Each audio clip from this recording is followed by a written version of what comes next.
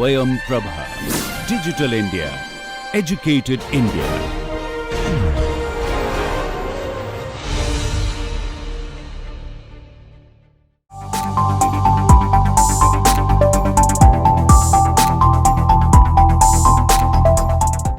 Okay,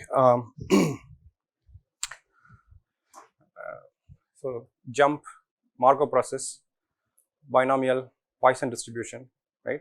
Familiar? So we looked at a couple of reaction schemes where the solutions were given by binomial distribution or Poisson distribution. So we can go on further and then do more complex reactions as well. But I thought in this class we will take a step back and then just see that how and why these frameworks are useful. Okay, are they really useful? Do they really help us understand any physical system or a chemical system in reality? Okay, so today this is more of tutorial come lecture that I want to introduce a particular chemistry where the stochastic distribution is very important, without which we cannot explain the experimental observations. So I want to just bring that to light, so you could probably appreciate why we need this kind of a framework in the first place, right? So there's going to be some sort of chemistry. Just bear with me. I'll also try to make it as simple as possible. So what we are talking about today is fluorescence quenching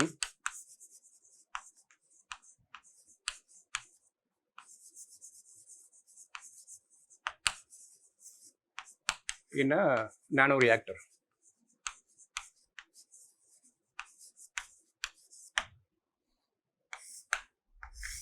So before we want to basically conduct a reaction where we have a molecule and we excite this molecule, it goes to an excited state and then it fluoresces, and then you can detect spectroscopically. Okay, you can measure the emission intensity at a particular wavelength, and then you can see as a function of time how this fluorescence decays over time.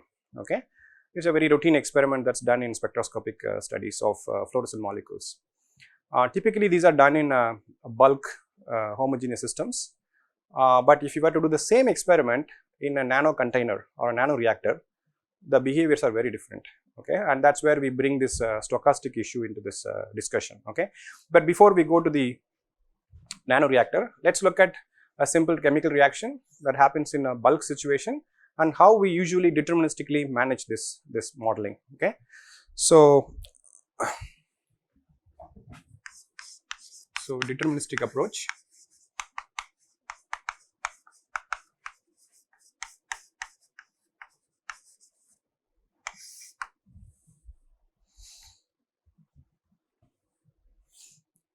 So let's say there is some molecule A,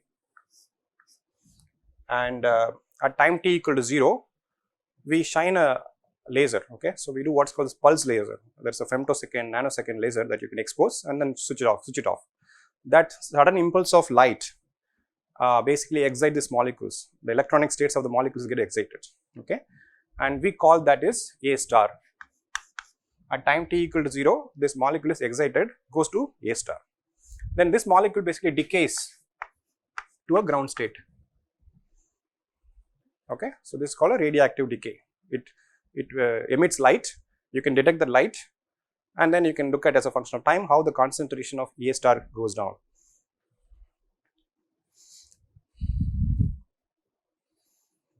Now this is a natural decay, but you can also have a parallel reaction. In chemical reaction, we talked about we learned about series and parallel reactions. So while this can happen, you can also have another molecule which we call them as a donor D. Okay, and the D can also supply an electron to this so that it can decay like this. A star, ground state, excited state, one pathway. Another pathway, the same excited molecule can also extract electron from a donor and then acquire an electron, and this D become D plus. So this is called another pathway of decay. Okay. Now this reaction can also be reversible. So we can also write A minus plus D plus, giving rise to A plus T. So we can say that this is a rate constant Kf, Kq and Kb, I believe.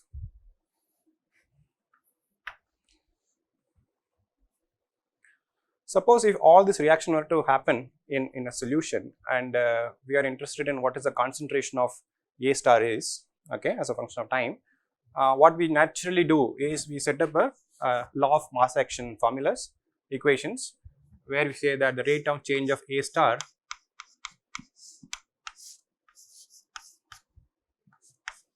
is equal to minus Kf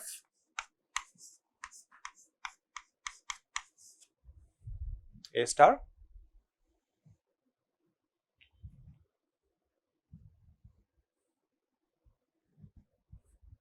minus Kq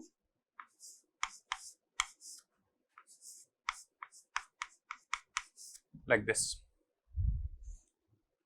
So there is a first order decay and there is a second order decay. Okay, so this rate depends on how much amount of donor we have. Now, if you want to assume that the concentration of D is much higher than concentration of A star at time t equal to 0, we can assume this second order rate into a pseudo first order rate. So we have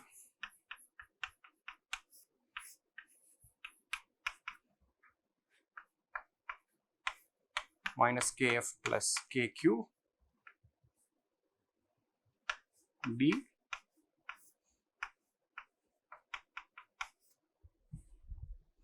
and then if you integrate this, you will see that A star at time t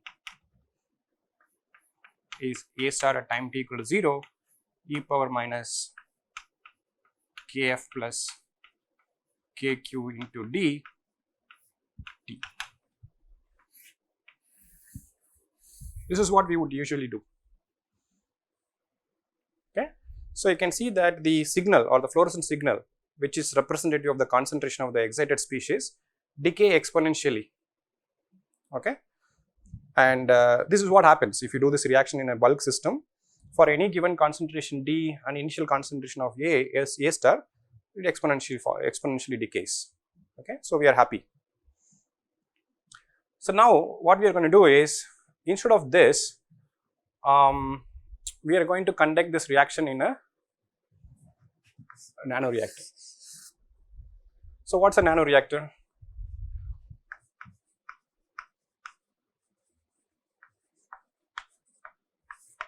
So nanoreactors are nothing but, imagine you have a bulk water here and then you put some surfactants. Okay, when you put some surfactants and when you reach a concentration beyond certain threshold, these surfactants self-assemble into a spherical aggregates. Okay, and one such aggregate can be something like this. So the surfactants are shown with this wiggly tail and a polar head group, and this is one such structure. Okay, and we call them as micelle, surfactant micelle. So this these are polar groups facing water.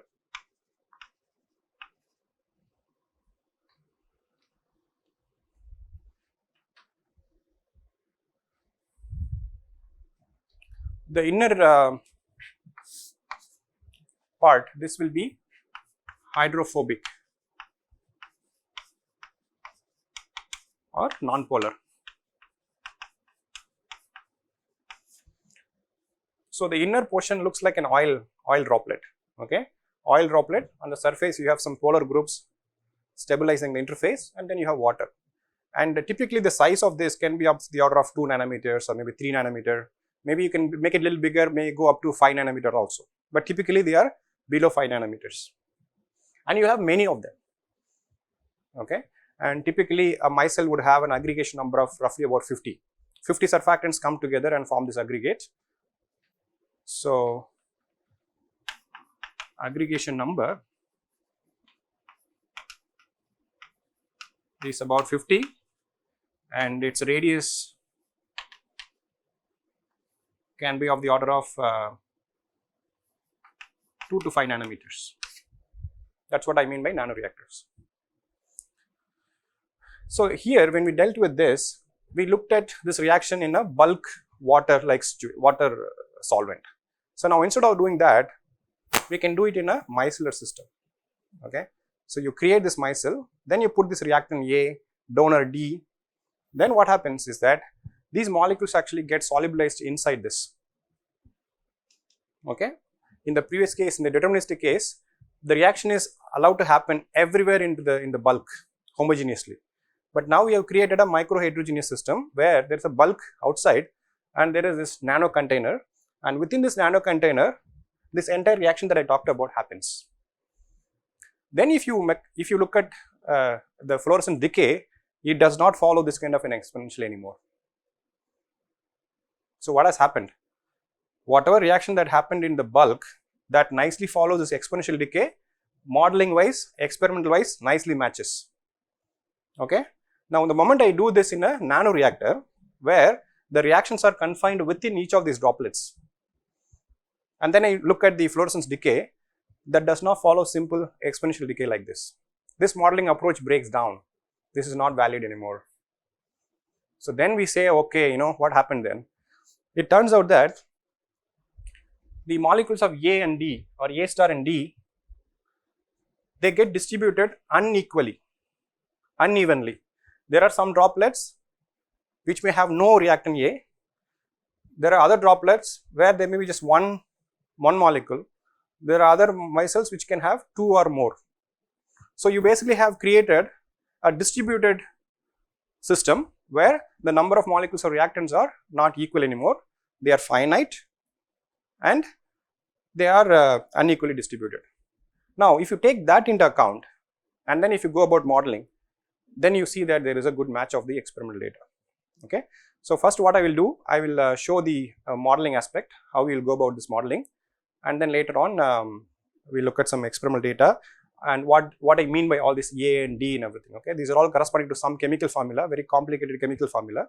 We'll discuss that at the end of the class. Okay, is the context clear? What we are trying to do here? Yeah. Yes. Yes.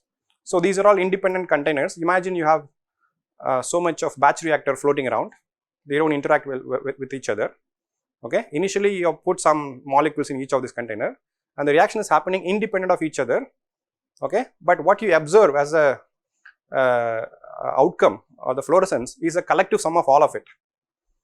Okay. Now we want to take into account of that inhomogeneous distribution of molecules into the reactor and then build a model out of that. And that basically brings us to this stochastic approach, because no reactor are same. You got reactor with no molecule, you got reactor with one molecule, you got reactor with two molecule. You have to look at the ensemble of all this collectively and then see how the fluorescence decay is going to change. What is that? Geometrical distribution of? So these, okay, as far as the micelles are concerned, they are not spatially, they are spatially very well distributed. Okay, so the reaction does not depend on the spatial location. In fact, these micelles undergo Brownian motion because the size is 2 nanometer. They are executing Brownian motion even if you don't mix it, right? But reaction happening within the micelle does not depend on where the micelle is. Okay, so there is no spatial dependence of the reaction. Okay, which one?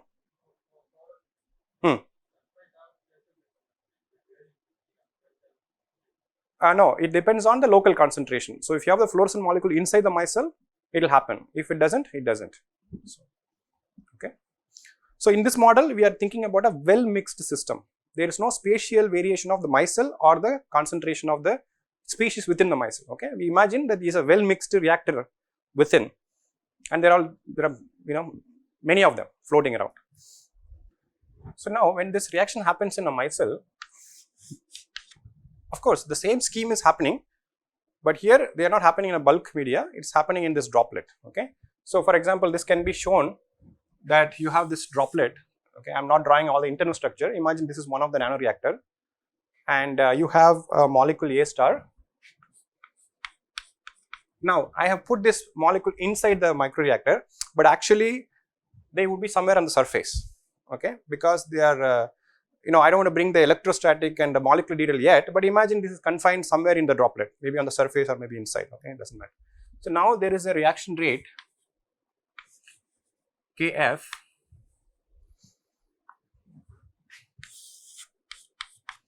so whatever happened in the bulk, now it's happening inside a nanoreactor.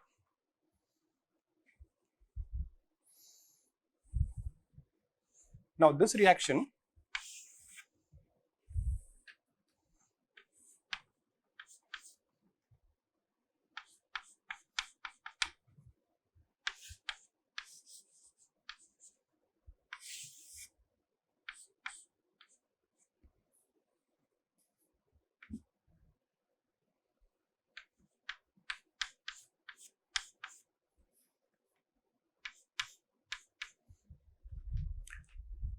imagine another droplet in which there is the excited molecule A star, okay, and let us say there is some I number of donor molecule, okay, this droplet contains I number of donor molecule.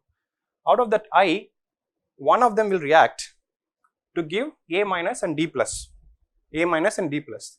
The remaining I minus 1 is existing as D, okay. So again we are confining this reaction inside a droplet. Similarly here you have A minus, I minus 1 D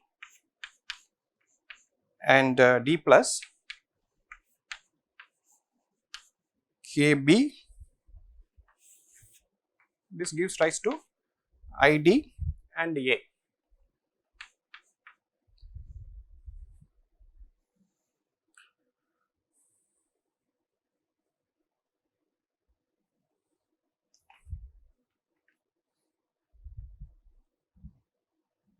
So now considering this into account, let us write the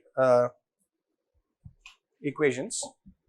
Remember that at no point of time any class of droplets, they do not interact with each other, they do not mix, they do not interact with each other, okay. Actually they do happen at a very long time scale, but suppose I am looking at the time scale where these reactions, quenching, all that happen, in that time scale we assume that these droplets do not interact, they are all independent reactor. Depending upon what they have initially, they can do any of these possible reactions.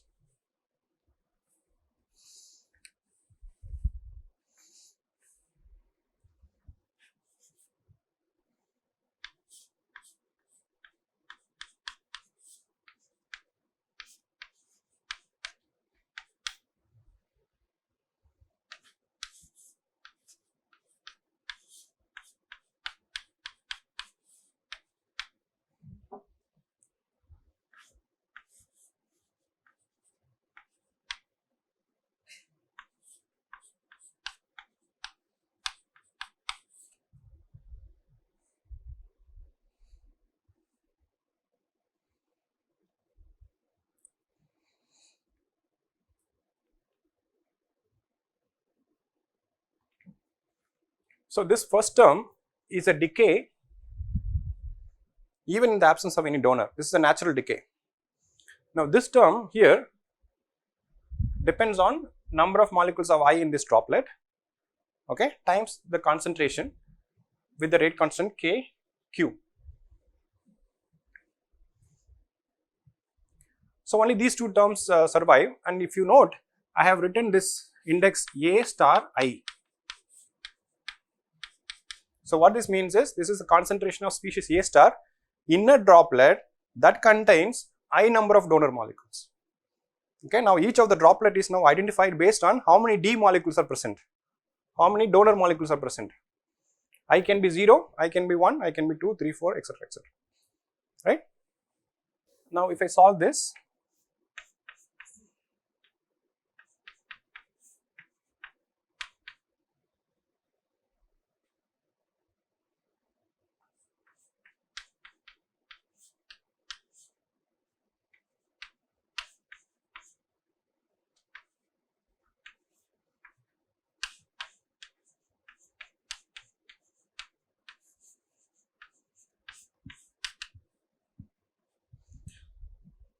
see, if you see this equation is nothing different, because this is the equation that we have got as if we had this entire thing happening in a bulk. Now only difference is this is happening in a droplet that contains I number of donor molecule. Sorry? So what I'm saying here is that in these three possible reaction mechanisms, I'm looking at the rate of change of A star, because A star is the excited molecule, and experimentally I can find the concentration of the excited molecule by looking at the fluorescence. So I'm looking at what is the rate of change of this excited species. Now that excited species decays because of this decay, okay, and this is another pathway. I said there are parallel reaction going on.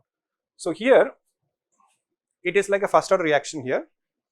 Here this depends on the number of molecules of D present. There is I here.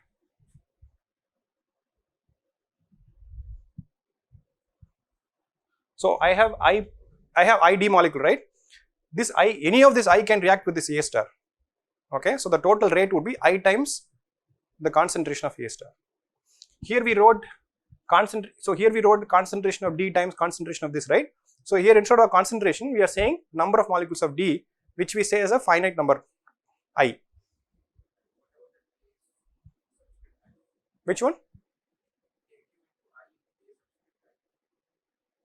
Come again?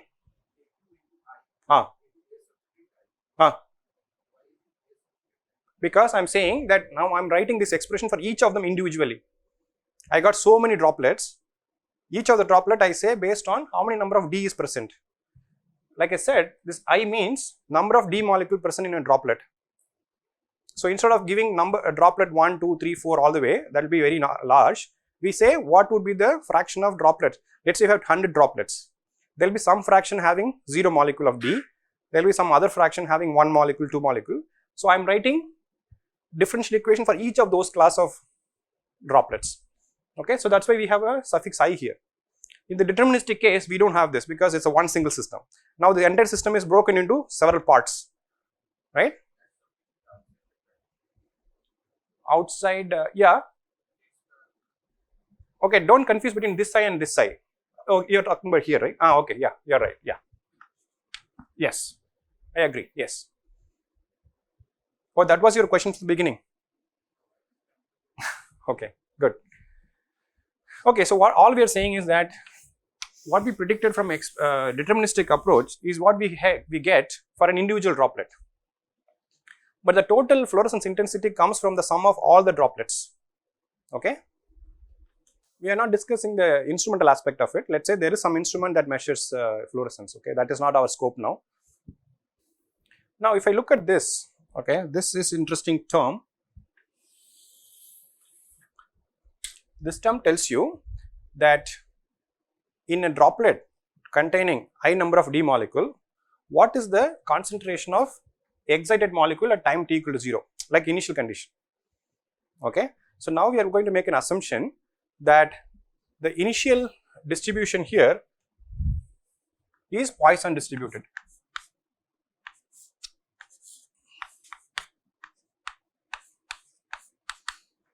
So this A star is the total concentration times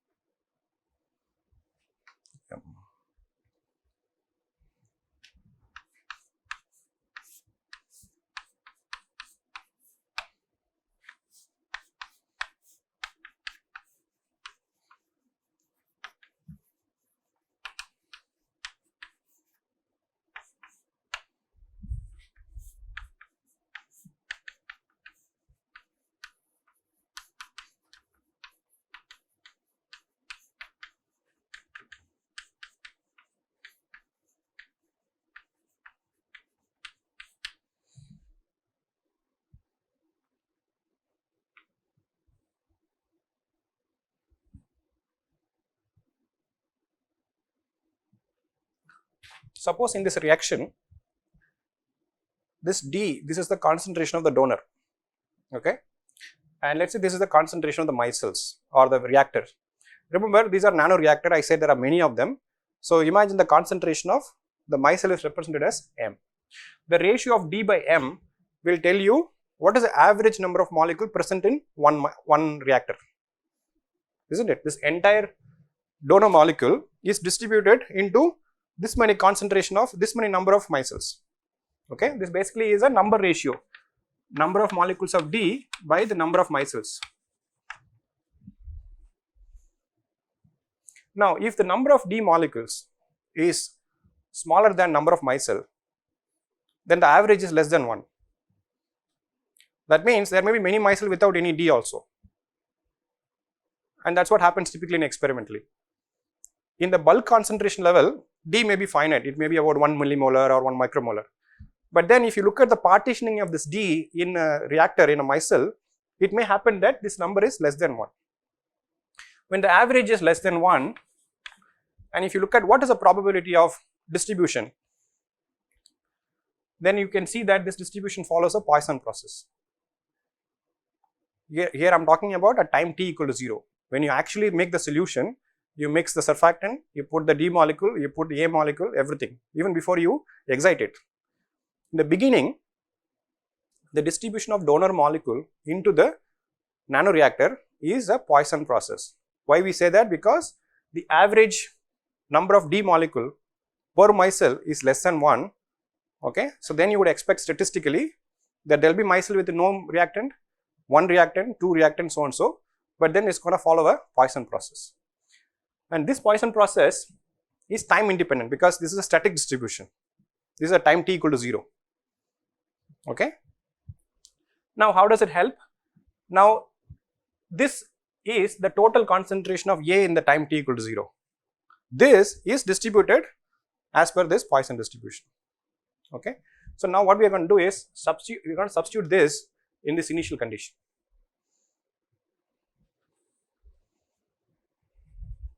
So, the value will change because of this molecular treatment. Yeah. So, we just notation wise we kept as kq, but the actual values are going to be different now, values and dimensions. So, I take this, by the way, this is a function of time t. So, I am interested in A star as a function of t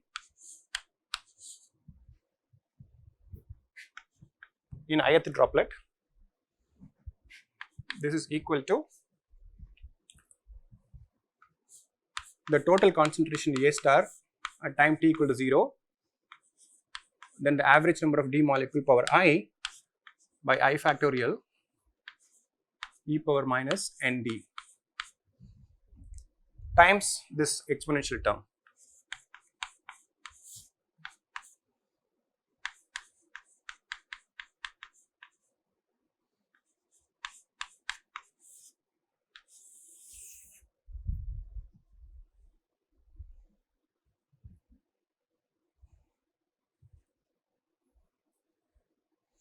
Now, what we will do is we will sum over all possible I going from 0 to infinity, okay, on both sides.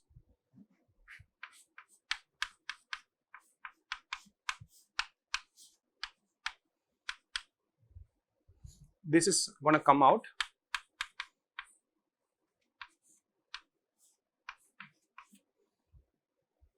this also will come out, and e power minus kft will also come out. These are all constant terms, they won't come in the summation.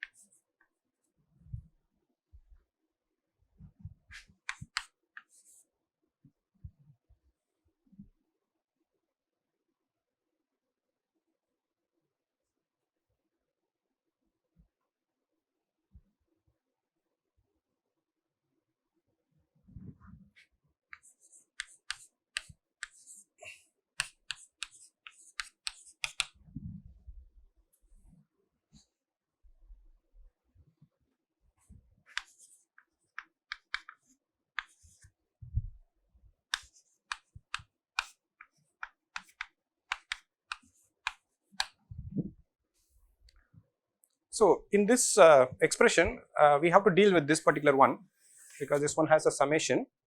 What I am doing is I am trying to write this term little differently, that I combine all the term there where to which I can be the power.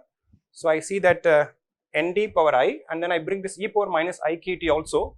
So I can write this whole power I divided by I factorial, and this is nothing but in this form, okay, which is nothing but e power x. So we get e power whatever you have in the bracket here, that would be e power nd e power minus kt.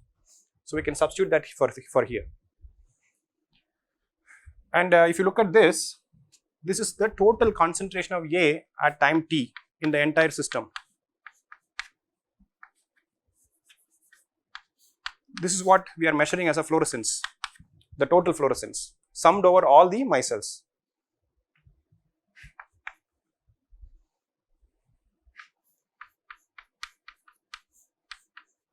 This is the total initial concentration, and then we have e power minus nd e power minus kft, then e power this term. So we get a double exponential here, exponential of another exponential.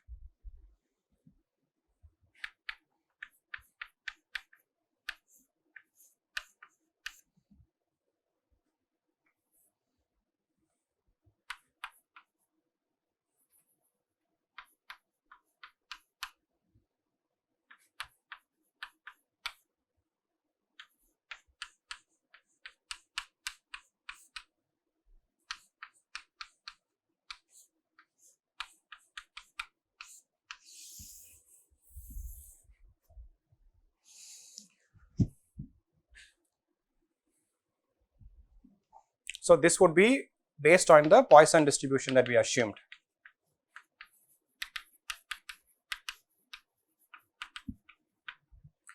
And the deterministic model gave us that A star of t is given by A star 0 e power minus kf plus d kq_t. This is a strictly an exponential decay for the deterministic case, but when you take into account of this unequal or inhomogeneous distribution of donor molecules and reactants, we get a double exponential term. Okay. Then I don't know if you can see the picture here. So you see there is a fluorescence decay, and this is not exponential, it's such a stretched exponential. Okay, it has a double exponential character, and you see there are data points which are shown, those are experimental data point, and the curve that you see here, that is the fit to this equation. This equation cannot fit the data. Okay, so a deterministic approach assuming uniform distribution does not work, but if you put this stochastic or statistical distribution of donor molecule, and then when you do the same in terms of mathematical analysis, the same thing, we are not introduce anything else except that we take into account of the non-uniform distribution of the molecules. Okay, so then we get this expression, and this nicely fits at two different. So there are two curves. These actually correspond to two different donor concentrations. That sorry. No, because I am summing over all the I already see, so that I get the total response, total fluorescence response. If you look here, this quantity is known to us. Okay, initial molecular species A we know, Nd also we know because this is a average number of molecules of D based on the donor concentration and micelle concentration. This also we know. What we don't, by the way, this should be Kq. Huh? Oh, all the way from here. This should be Kq here. Yeah, sorry. Somebody should have pointed this out. Oh.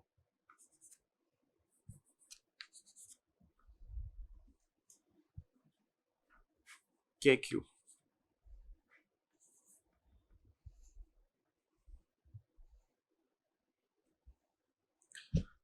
Kf, Kq, these are all fitting constants. Okay. If you want to get Kf independently, you can also do this experiment without a donor. You look at the natural decay, photo decay of the molecule. Kf can be independently obtained. Then you are left with only one fitting constant, which is Kq. Everything else is a parameter. Nd is a parameter. You can control experimentally. Put more D, less D. This will change. Change the concentration of the micelle. It will change. Similarly, the initial amount of A, how much you want to put, that also is something a variable. A is variable. Nd is variable. Kf can be independently found, Kq can be fitted, and that's what the fit was. Okay, so now I will also give you some details of all the chemistry. I mean, what is this all about? The molecule that we are talking about has a very interesting structure.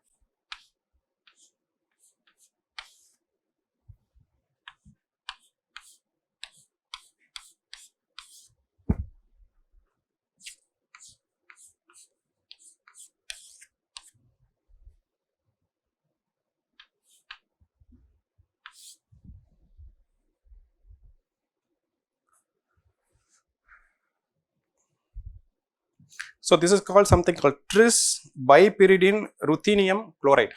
Okay, very bulky molecule. So this entire thing forms a complex. This is 2 plus, and there is a 2 chlorine molecules forming a complex. Okay, so this is our molecule A, by the way. Okay, so this is A, and the D, the donor that we talked about, he is called N-methyl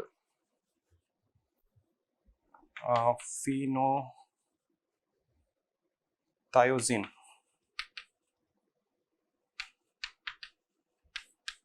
MPTH.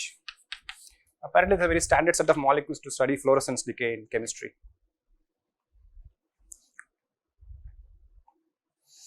And the micelle that we talked about, that is called TT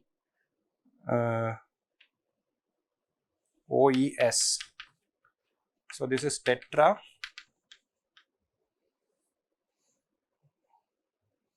decyl trioxy ethylene sulfate.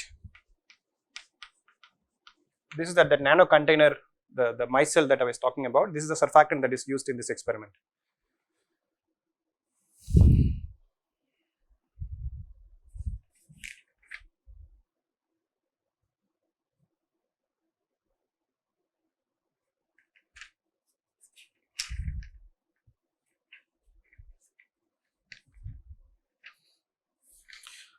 I have given the the derivation and the notes and references all in my notes. You can also look into it. But I want to bring this to this class because this is something realistic. People do this kind of study, and they do use this statistical distribution of molecular species in a nanoreactor system like this. And we don't have a choice. We cannot do deterministically this problem. No way. Right? And we already saw that the experimental data does not follow simple exponential decay. Okay, so you can clearly see that. There are some problems where the only way to do this is probabilistically or stochastically. Okay, this is one example. Because D is Poisson distributed, A star is also Poisson distributed. Because for the complex to happen, you need some donor in the presence. When you have hundreds of molecules, not all of them get excited. Only some of them get excited. So A star is not necessarily the initial composition that we have. Okay, only some of them get excited. Who gets excited depends also on the local environment and how many D molecules are present. So that's why we assumed that the A star is coupled to the initial distribution of D also. in this particular model. In fact, this is a very, very simplified model, by the way. I have kind of not considered several other decay mechanisms, okay, but those mechanisms can be deterministically dealt with. The key ingredient in this problem is this unequal distribution of the donor molecule, which affects the photo decay of the molecule. Okay, so that's a key thing.